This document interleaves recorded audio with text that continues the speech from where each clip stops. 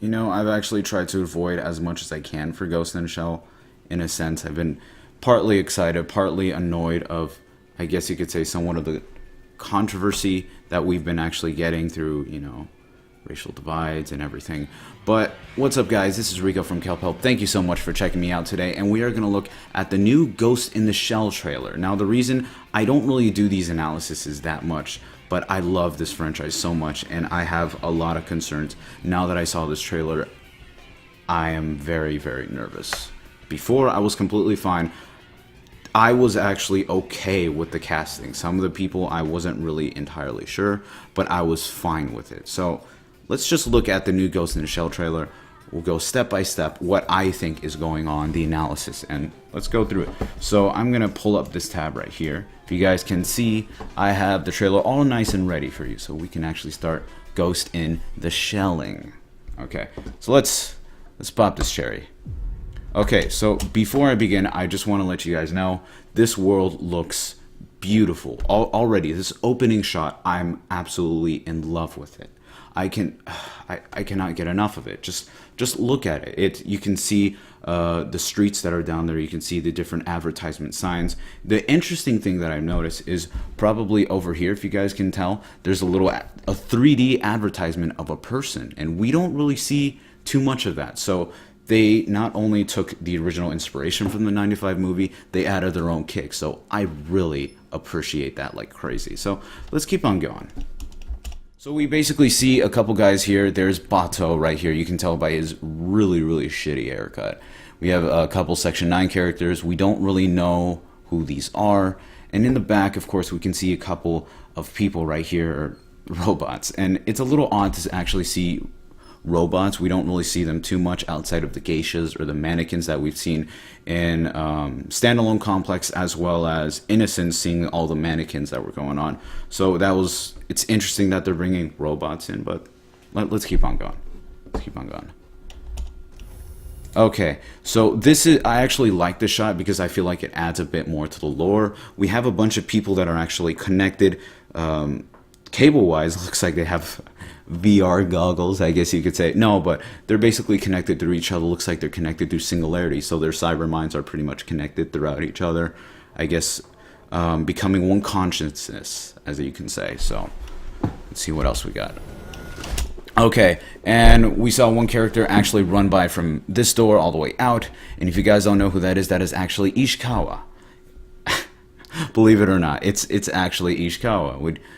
We don't know too much about him. We don't know if he's going to have a backup role in terms of actually feeding technological information, as he used to do in both the 95 movie and Standalone Complex. So we don't know. He's usually the one that sits behind everyone and goes into attack when he needs to. It's not really prioritized, but okay. Bato giving a very nice kick. I appreciate that. And ooh, there we go. So everyone's starting to storm in. This guy, I don't know who the fuck this is. We can assume two things. We could assume a couple of things. One, this can be an entirely new villain. We don't know who it is. I'm getting the feeling that this movie is actually borrowing aesthetics, of course, from the 95 movie. So I'm going to go on a limb and say maybe it's the Puppet Master. But what's odd about the Puppet Master is Puppet Master was created by the internet, or basically by where the internet lived, and because of that, it gained a consciousness. It became a ghost. It was basically a combination of everything that was embodied into a ghost. It was able to hack different networks around the city, and in turn, it was able to download itself into a prosthetic body. That's why in the 95 movie, you saw the Puppet Master go after Motoko, not Makoto, I'm sorry, but go after Motoko, because they're very similar in design. They didn't really delve into that, but that's what was kind of beautiful about it. So let's keep on going. I love that animation so much. And here's one thing that I've noticed. They really have showed emotion through Motoko. She's a character besides the manga. I haven't read the manga. I've only seen the movies and the series and everything. From what I know, Motoko is the kind of character who doesn't show too much negative emotion in terms of sadness, fear, being upset, those kind of emotions. She doesn't show that. to actually see this glimpse right here, this is a little shaky because this is out of her character. So let's keep on going. Okay. This is I'm assuming this is going to be Section 9. This is where they're actually headquartered right now. Down there. There's a... Okay, this is cool. I'm actually very excited for this casting. Beat Takashi is a fantastic actor from Japan. Now the question is, will he say English or is he actually going to speak Japanese? Can he speak Japanese in this? I don't know. But it's very interesting to see him in this shot. My only problem that I don't like is that he's kind of seated in a very throne-like aspect. It feels out of character for Aramaki. Aramaki usually kind of sat alongside the Section 9 members, but kind of here it feels like he has a little more of a hierarchy kind of thing in it. I'm not too big of a fan of that, but let's keep on going. There are the geishas that we saw. Okay, let me go back. I don't know who this fuck knight is. I genuinely don't know who he is. He looks like a dang... I don't know. If he's an original character that has nothing to do with anything, I'm gonna be pretty fucking pissed. I really am. Whatever. The person right next to him, this is actually Togusa. Casting is decent, I think, for Togusa, but as we've seen, Togusa is a guy in around his mid-30s. He has a wife. He's a full human, except with a brain implant where he can actually interact with all the Section 9 characters. So maybe they'll explore more into Togusa. Her... I don't know who the fuck this is. I really don't. Let's keep on going. And he's killed again. I appreciate this. This was very derivative of the 95 movie where they had the briefcases, drop the gun, and when going on. There we go. So pretty much this is mostly reminiscent of the siege that you guys see at the beginning of the 95 movie. So it's everywhere and nowhere. There we go. This is another scene that we actually see also as well in the 95 movie where the random bystander or who has an affiliation with the puppet master kind of isolates himself and goes into a little bit of a combat with Motoko. So from what I've seen, because they already released videos of that, it looks almost shot for shot perfect. So that impressed me like crazy. Okay, so let's keep on going. I will find him. There we go. She has her famous shot, her famous fall, and then she busts through the window like she always does. Okay. You never talk about your past. Okay, let's go into this. The reason I pause this is let's look at Bato. Okay, we know the kind of prosthetics that Bato has. He has a little bit of body prosthetics, but the most notable is right here in his eyes. He has completely human eyes, but if you guys rewind to a bit of the video in the past, he actually has human eye. He has prosthetic eyes.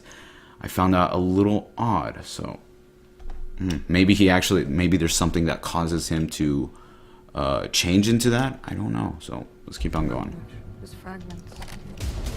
So automatically, Motoko is saying that she remembers fragments. So I'm going to go on a limb and say that they're going to give her a backstory, which I'm not happy at all.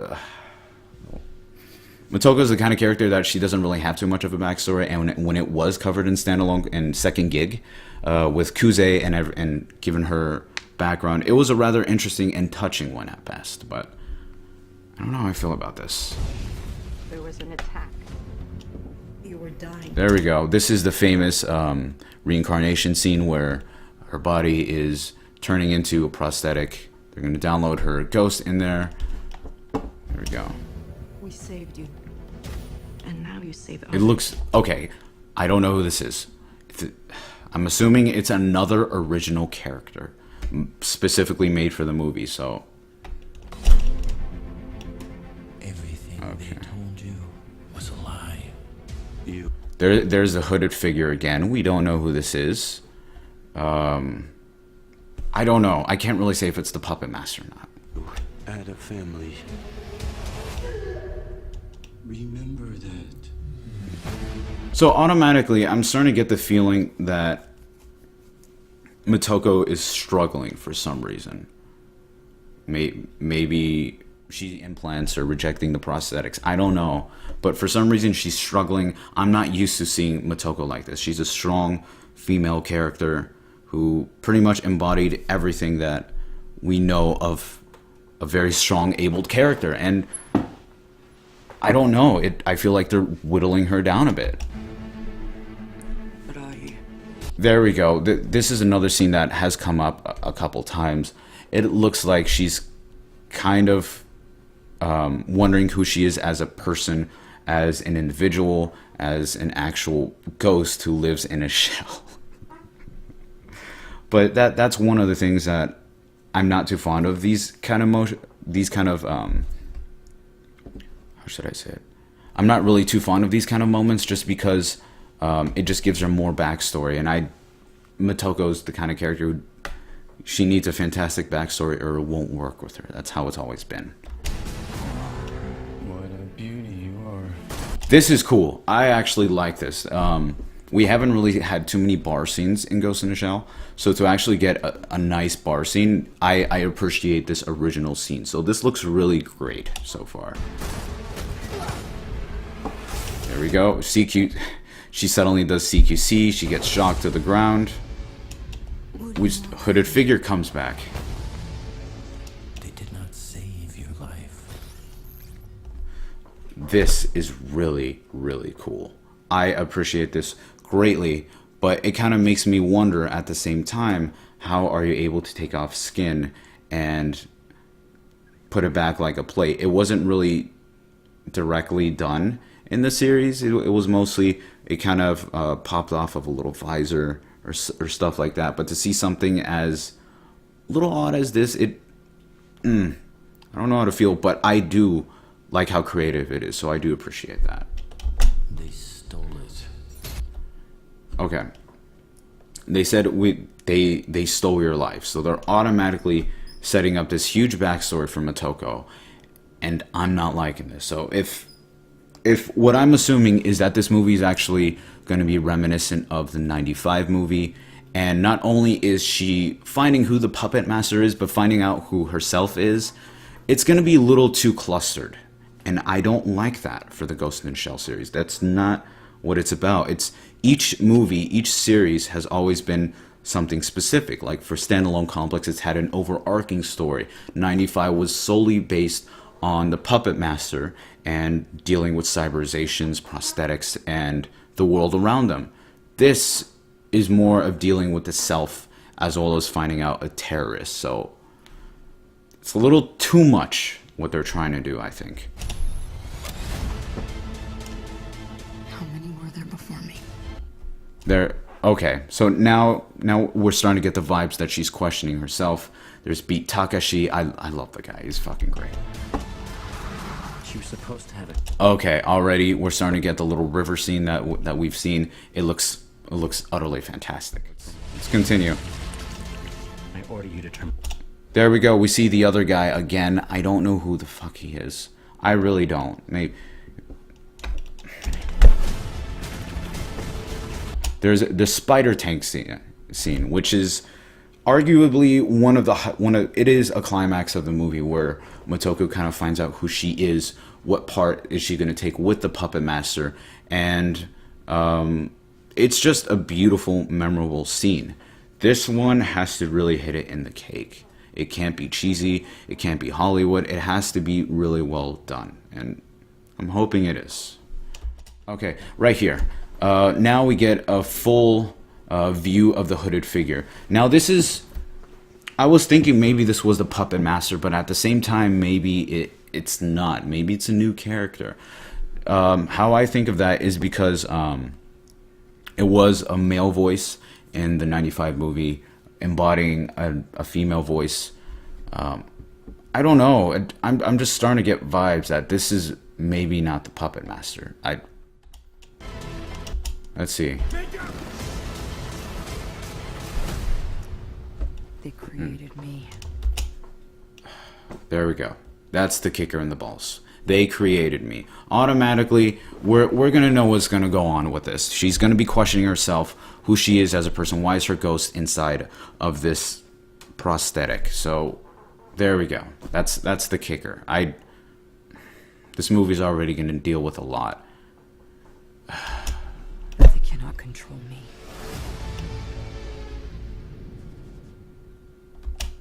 I'm ass mad right now. Holy shit. Okay. Okay. See, here's my problem. I'm already starting to get vibes of what's going to happen, okay? This is an embodiment of the 95 movie put into realistic form. It's a live version of the 95 movie. Now, the problem is, the scenes that they're recreating, such as the river scene, the spider tank, even the reincarnation scene at the beginning where the cyborg's being created, all of those seem to be almost tip-top perfect from what I've seen. And everything else that they've added, the new villain, the odd new characters, well, it is true we don't know too much about them. I have this weird inclination this is going to be the movie's downfall, where we already have an established story. If this is trying to go verbatim off of the 95 and they're adding new elements, it's not going to fit. It's really not, because we're already dealing with the puppet master, and we're now going to deal with Motoko fighting herself. So these two kind of going together, it's not gonna mash well. But like I said, this is my take, this is my overview, so I hope you guys are gonna take it with a grain of salt. I hope something kind of kept you in mind, and of course if you want to see it, you're more than welcome to. I'm excited to see it, but I'm nervous. I'm even more nervous now than ever. I think the environments look fantastic. The casting is fine. It's fine, okay? The acting looks decent. Scarlett looks like, I always thought she was a decent Motoko. I thought she was great. Could have they cast someone better? Yes. But I'm fine with her because she has always done a great job when it comes to transhumanism characters. Beat Takashi is great as Aramaki, that fits well. Togusa is fine. I actually thought in the preview shots he looked older, but he's fine. I can deal with Togusa. Everyone else, I don't know. They've just been under the radar. Bato looks okay. Other than that, hope you guys really enjoyed it. Thank you so much for checking it out, and I hope to see you next time, and let me know what you guys think.